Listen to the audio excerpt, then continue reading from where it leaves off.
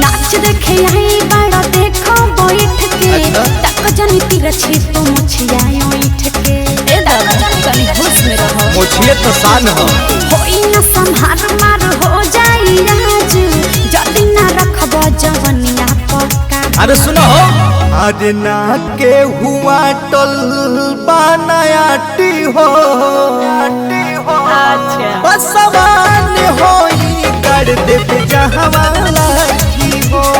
अच्छा ना के हुआ टल बनायाटी हो का बसवान होई कर दे जहवाला की हो।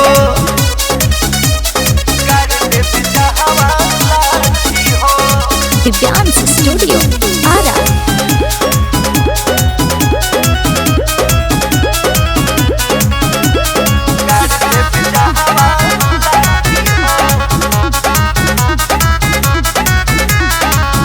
छुआ जनी लहंगा महंगा काहे रे बुझो हमारा बात के का साटा यही जब भइल बाटे बाबुए के रात के रुपया फिर के ले बड़ो तो का करबो बैठ जाई भाठा दू चार काठा चाहे जेताना पाल के टंगाई बोला दमले बुके ताना।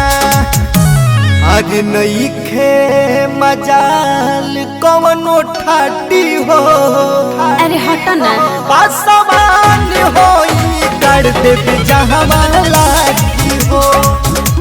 ना के हुआ टल बनायाटी हो पासवान होई कर दे जहवाला की हो। देखो फिर फेंकम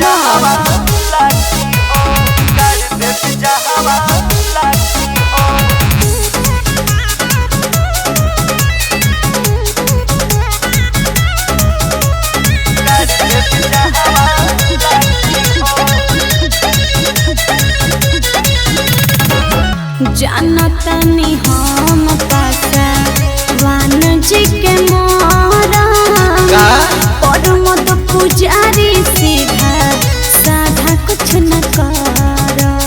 वो तो पता चल जाए हाँ तो ठीक है बा नइखे मजाल कवनो हमरा सोझता के ऐसन का? रमेश्वर समिया छोड़ी इज्जतो न बाची तो बिनतेस बिहारी हो या बाटी हो का फोकस दिखावा करो पासवान होई कर दे जहवाला की हो।